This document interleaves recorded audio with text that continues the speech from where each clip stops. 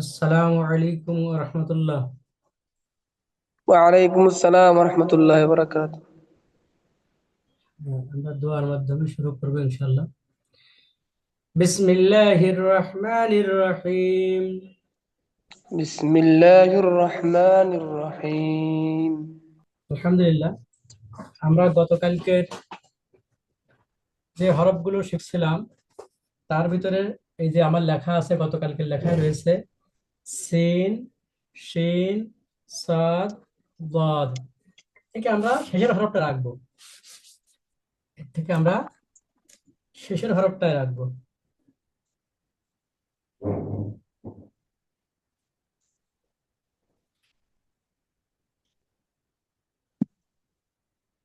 এই শেষের হরফ ছিল এটা, বাদ, তাই তো? ضاد. এখানে আমরা এই অংশটা বাদ দিয়ে দেবো। দেখেন, ভালো করে দেখেন, এই অংশটা মুছে ফেলবো। নোক্তা সহ এই মাথার অংশটা মুছে ফেলবো। বোঝা গেছে? জি। এখন দেখেন, শুধু একটা গোল চাঁদের মতো একটা অংশ আছে, তাই না?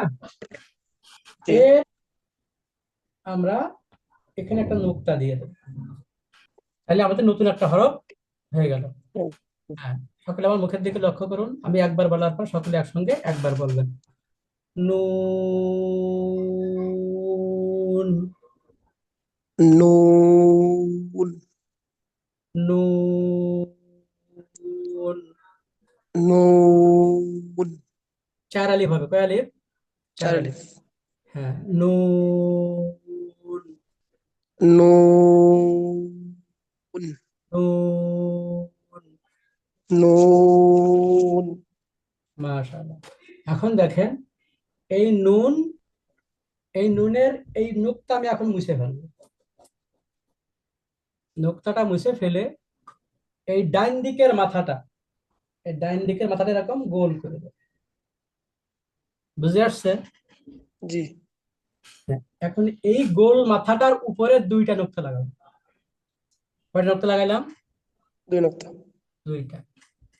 এই দুইটা নুকতার দ্বারা আর একটা নতুন হরফ তৈরি হলো। সকলে আমার মুখের দিকে লক্ষ্য করুন। আমি একবার বলার পর সকলে একসঙ্গে একবার বলবেন। অফ। قاف. ওই যে ফা শেষে ধরবে, তাহলে ছেড়ে দিতে হবে।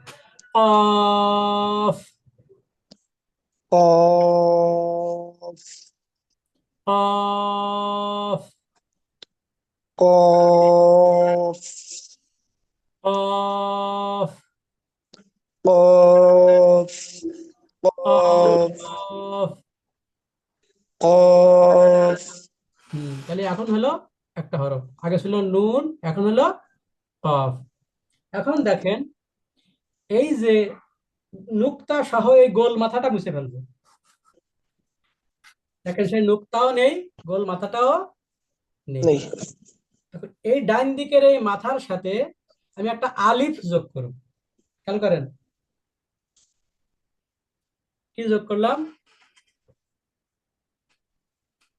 একটা আলিফ যোগ করলাম। কি যোগ করলাম? লাম. আলিফ যোগ করলাম। আলিফ ছিল জি। হ্যাঁ, আগে ছিল নুনের গোলটা, এখন ওটা আমি সাথে আলিফ যোগ করে দিলাম। নতুন একটা হরফ জি। তৈরি হয়ে গেল। এই হরফের নাম আমরা নষ্ট করব। সকলে আমার মুখের দিকে লক্ষ্য করুন। আমি একবার বলার পর সকলে একসঙ্গে একবার বলবেন। লাম।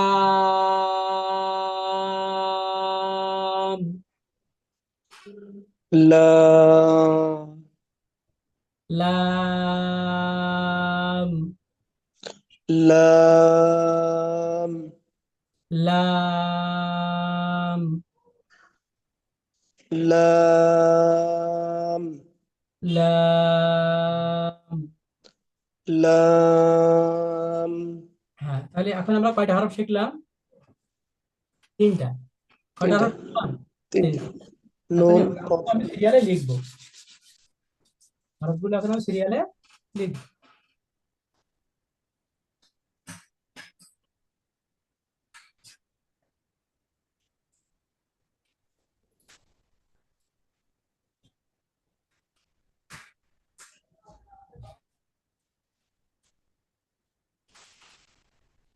তিনটে হরফ দেখা যায়? জি। জি। খেয়াল করেন। নুন।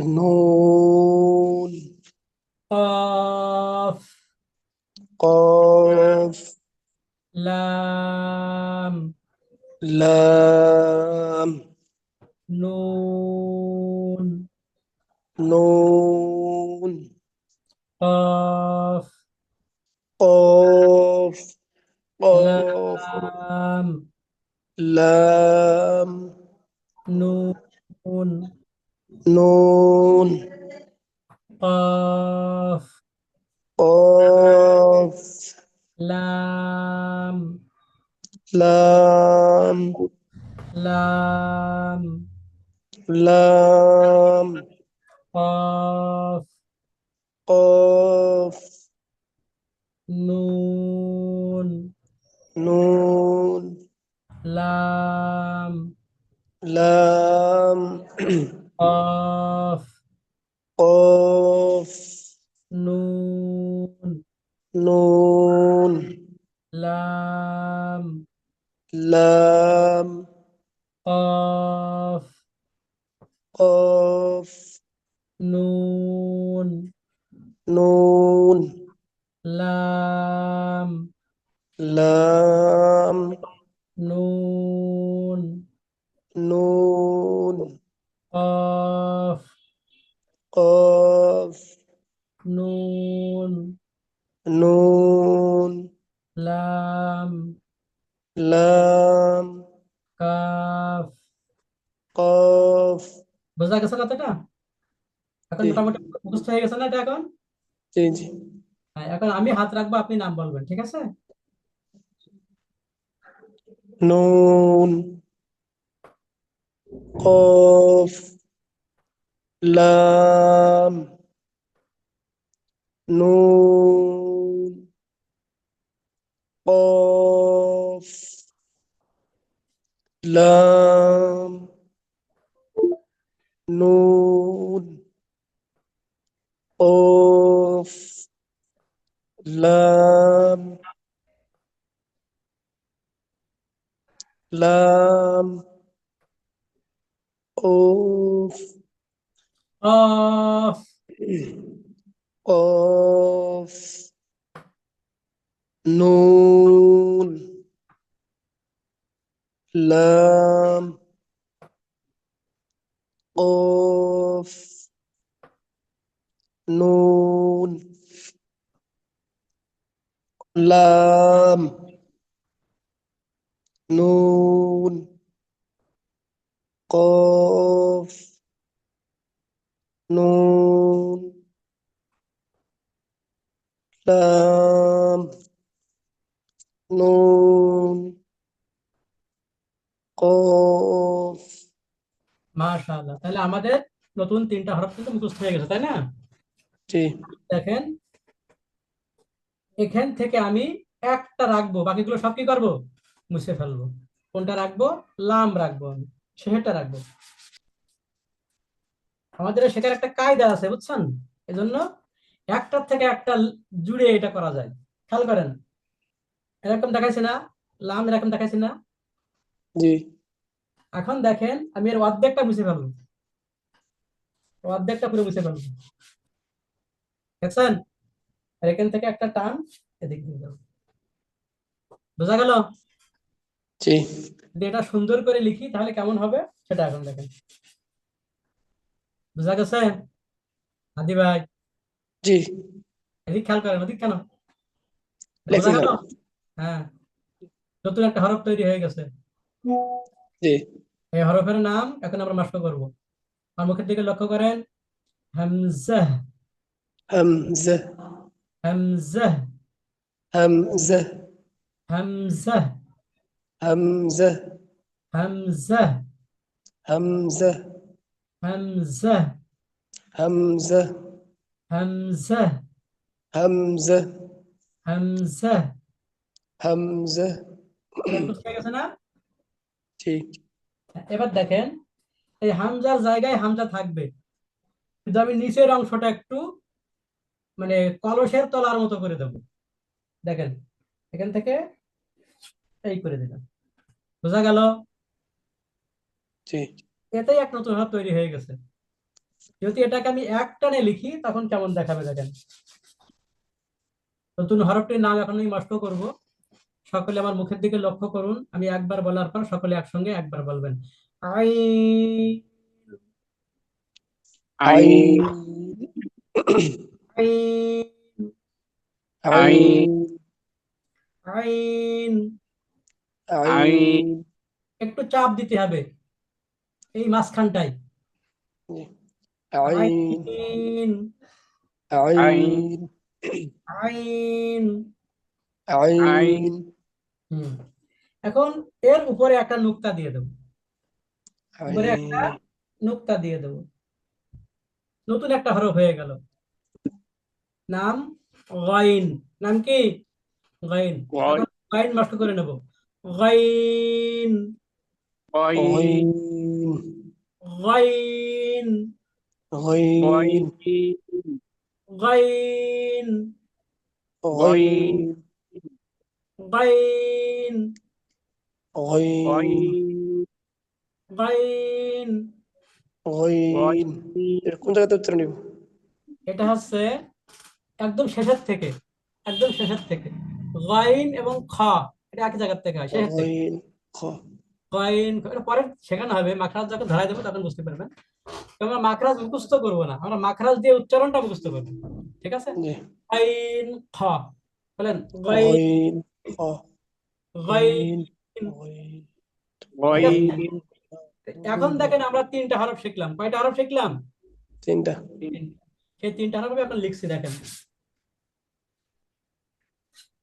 হামজা, همزة আইন, গাইন, হামজা, همزة আইন, عين গাইন, غين হামজা, همزة আইন, عين গাইন, غين হামজা, همزة আইন, عين গাইন, غين গাইন, غين আইন, عين হামজা, গাইন, আইন, হামজা, গাইন, আইন, عين হামজা, হামজা, গাইন, হামজা, عين আইন, عين গাইন, غين হামজা। همزة তাহলে আমরা প্রথমে ডান দিক থেকে পড়লাম, পরে বাম দিক থেকে পড়লাম, পরে উল্টা পাল্টা পড়লাম। ঠিক আছে? এখন আমি হাত রাখবো, আপনারা একজন করে বলবেন। ঠিক আছে? হ্যাঁ, তাহিদ ভাই বলেন।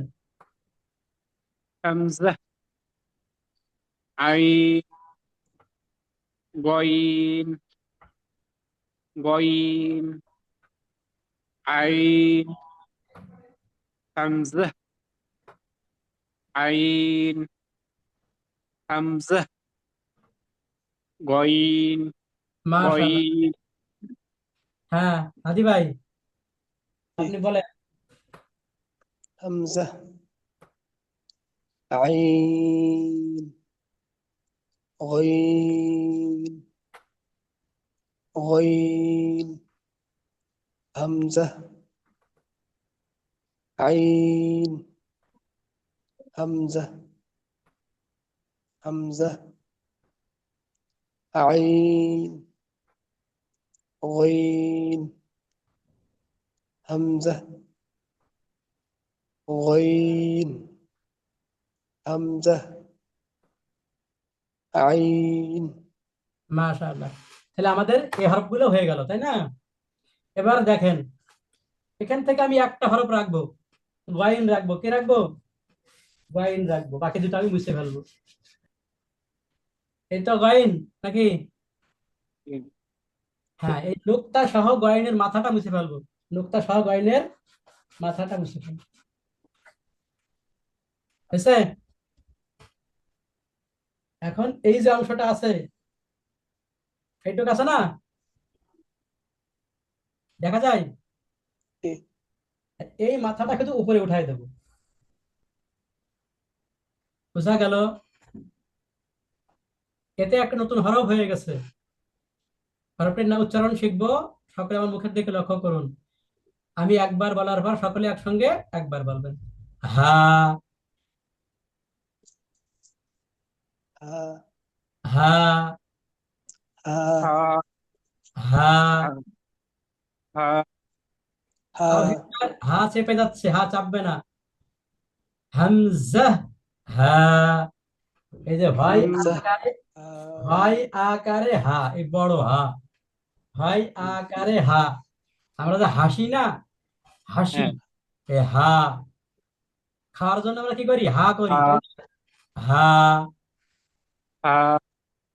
এখানে ওই পাতি আসার মতো চাপ দিলে হবে না, হা এরকম না, এটা হচ্ছে হা। হা দুইটা হরফ পার্থক্য আমি কালকে ইনশাল্লাহ দেখাবো।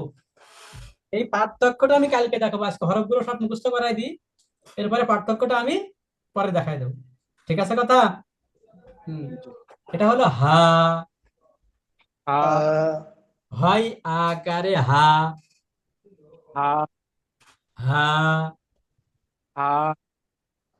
তাওহীদ বার হা চেপে যাচ্ছে, চাপলে হবে না, গলা ছেড়ে বলতে হবে। হা। হা।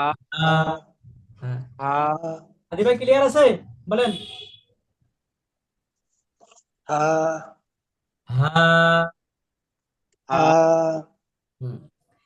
এখন এই হা থেকে আমি সর্বশেষ হরফটি বানাবো। এটা অর্ধেক মুছে ফেলবো। আমি কি করবো? অর্ধেক মুছে ফেলবো। ওই সেই হামজার মাথার মতো থাকবে ওইটুকু। ঠিক আছে? এখান থেকে আমি কি করব? এরকম করে নেবো। এই নতুন একটা হরফ হয়ে গেল। যদিও হরফের নুক্তা আছে, এখানে নুক্তা দিলেও হবে, না দিলেও হবে, নুক্তা দুটো আছে ওখানে, পরে দেখাই দেখাই দেবো। ঠিক আছে? এই হরফটির নাম আপনারা তোমরা শিখবো। সকলে আমার মুখের দিকে লক্ষ্য করুন। আমি একবার বলার পর সকলে একসঙ্গে একবার বলবেন। ইয়া। ইয়া। আদি ভাই কি হলো? ইয়া। ইয়া ইয়া। ইয়া ইয়া ইয়া। ইয়া। ইয়া। ইয়া ইয়া এর নিচে দুইটা নুক্তা আছে। এর নিচে দুইটা নুক্তা। বুঝাইতে পারলাম? এখন এই দুইটা হরফ, শেষ দুইটা হরফ এখন আমি লিখবো। একটি হলো হা। ইয়া। হা। ইয়া। হা। ইয়া। হা।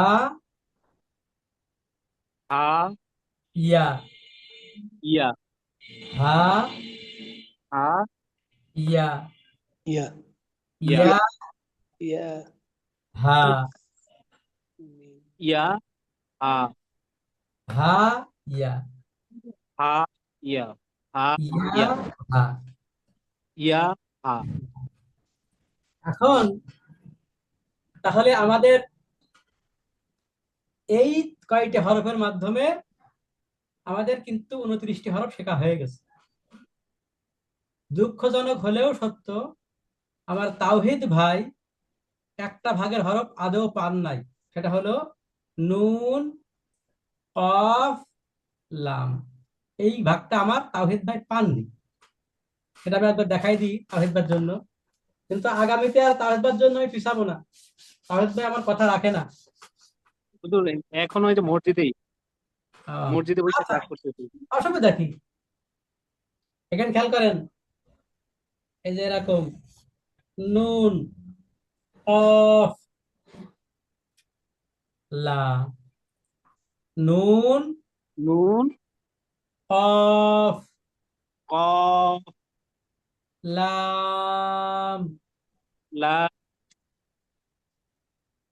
নুন, নুন কফ, قاف লাম, لام নুন, نون কফ, লাম, লাম, কফ, নুন। এই ছিল আজকে প্রথম ভাগ। নুন, কফ, লাম, হামজা, আইন, গাইন, হা, ইয়া। এই 8টা ভাগ আমি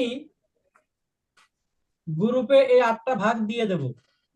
গ্রুপে আমি 8টা ভাগ দিয়ে দেব। এই 8টা ভাগ আপনাদের মুখস্থ করে নিতে হবে, একদম টানা মুখস্থ বলতে হবে। কিভাবে বলবেন দেখাই দিই, শোনেন।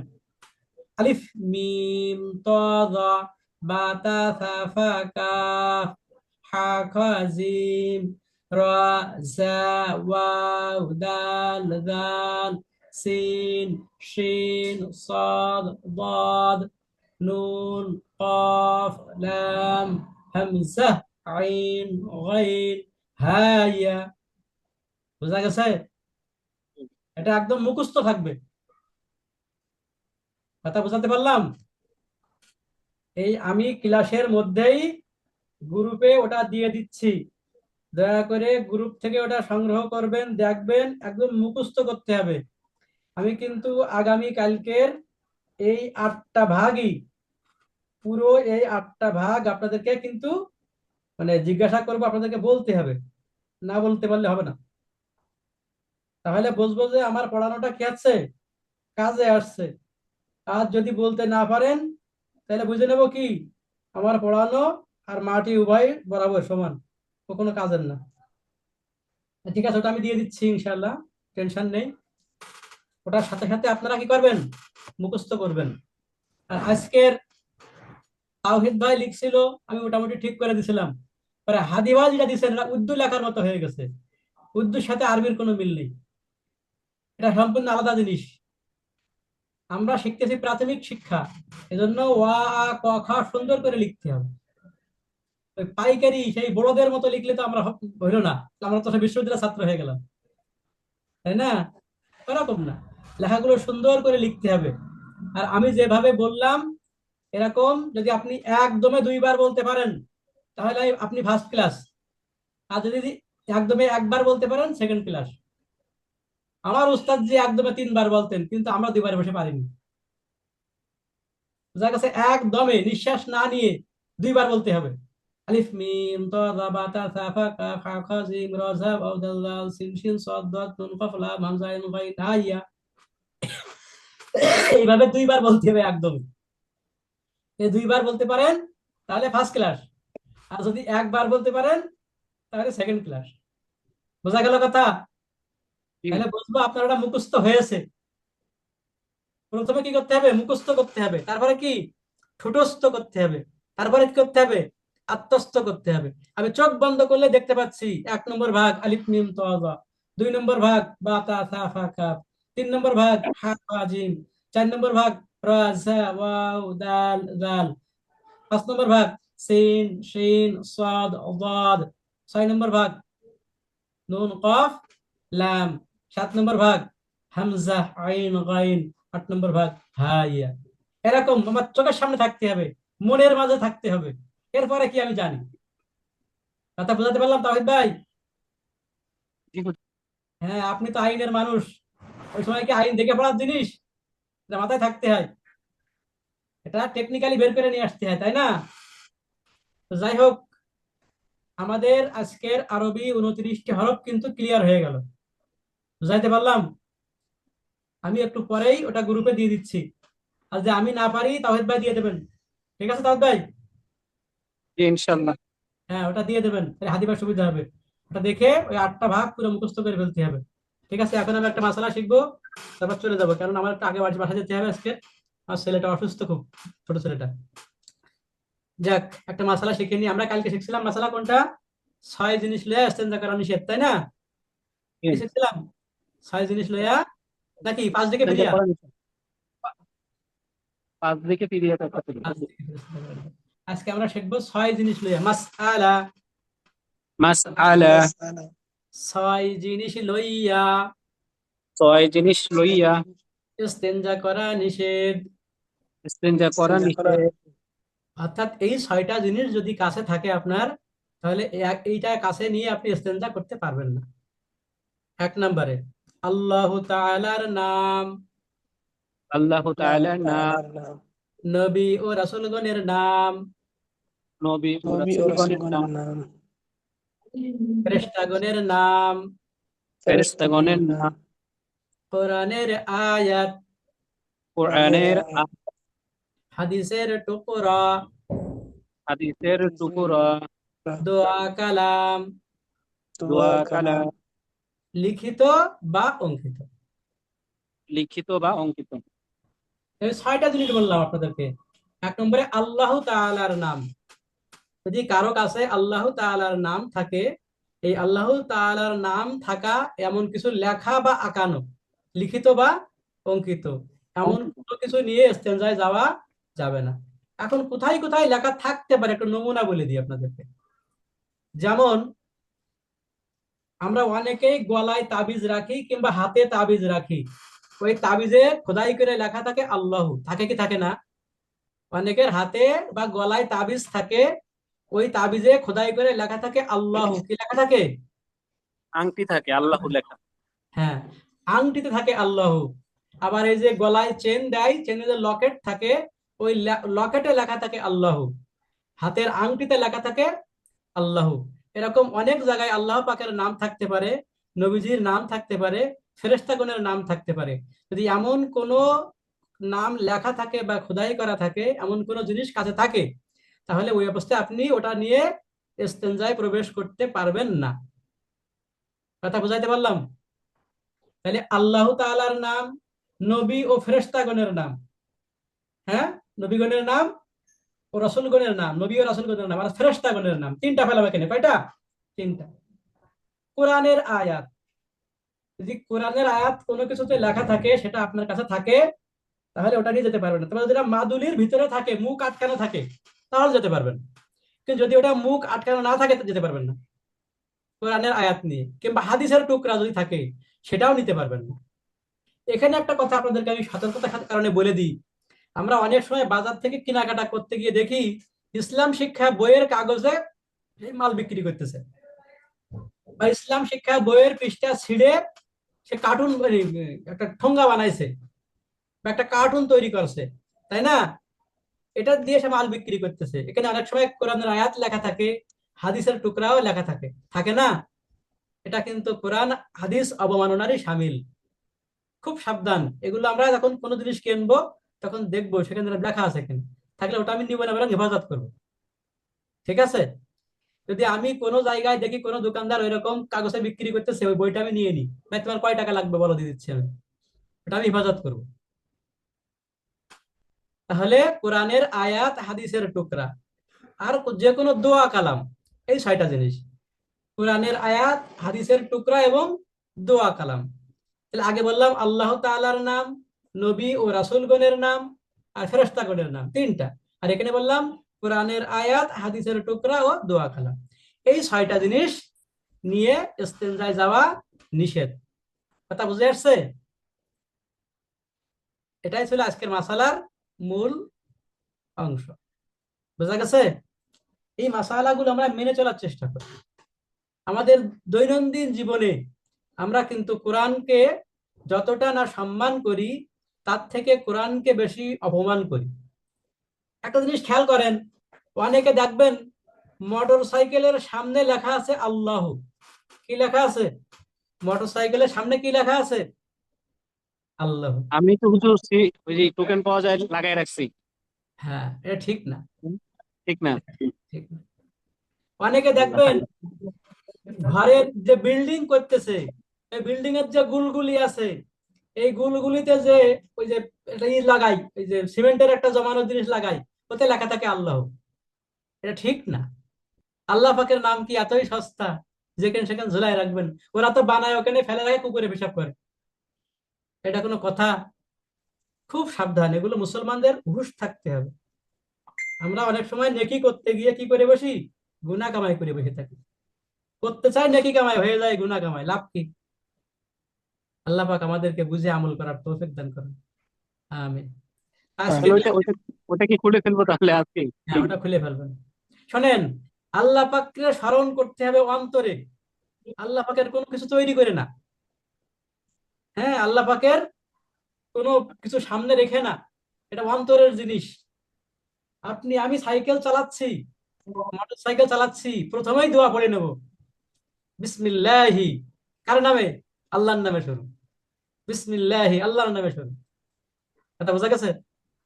সুবহানাল্লাযী সাখখারা লানা হাযা ওয়া মা কুন্না লাহু মুকরিনিন ওয়া ইন্না ইলা রাব্বিনা লামুনকালিবুন। এটা পড়ে আমরা যাত্রা শুরু করব। এটা অন্তরের জিনিস। যখন রাস্তায় চলবো, তখন জবানে কালিমা বলতে থাকবো, লা ইলাহা ইল্লাল্লাহ, লা ইলাহা ইল্লাল্লাহ। কেন? রাস্তায় চলতেছি, হতে পারে এটা আমার জীবনের শেষ সফর। এই যে আজকের ফেসবুকে দেখলাম একটা পোস্ট, হৃদয় কেঁপে গেল। সেই লোকটা থাকে বিদেশে, সম্ভবত ওমানে থাকতো, সেখান থেকে সৌদি আরব আসছে উমরা করার জন্য, এখান থেকে ফ্যামিলি নিয়ে গেছে, সেই ফ্যামিলির সবাই মারা গেছে রোড অ্যাক্সিডেন্টে, শুধুমাত্র একটা মেয়ে বেঁচে আছে। আহ, কি মর্মান্তিক! তাহলে কি আমার এই চলাটাই জীবনের শেষ চলা হতে পারে? এজন্য সর্বাবস্থায় মুসলমান মৃত্যুর জন্য প্রস্তুত থাকবে, রেডি থাকবে। যদি এই মরে যাই, তো তাৎক্ষণিক যেন সেই পরিবেশ থাকে আমার দ্বীনি পরিবেশ, আমলের পরিবেশ, আল্লাহর সাথে আমার সম্পর্ক ঠিক থাকে। আমি দুনিয়ার যে কাজে যাব না কেন, সাথে আমি আমার আল্লাহকে রাখবো, আল্লাহকে স্মরণ করব। ইনশাআল্লাহ আমি যেখানেই থাকি না কেন আমার কামিয়াব অনিবার্য। কথা বুঝে গেছে? আল্লাহ পাক আমাদেরকে বুঝে আমল করার তৌফিক দান করেন। আসসালামু আলাইকুম ওয়া রাহমাতুল্লাহি ওয়া বারাকাতুহু। আসসালামু আলাইকুম। ওয়ালাইকুম আসসালাম।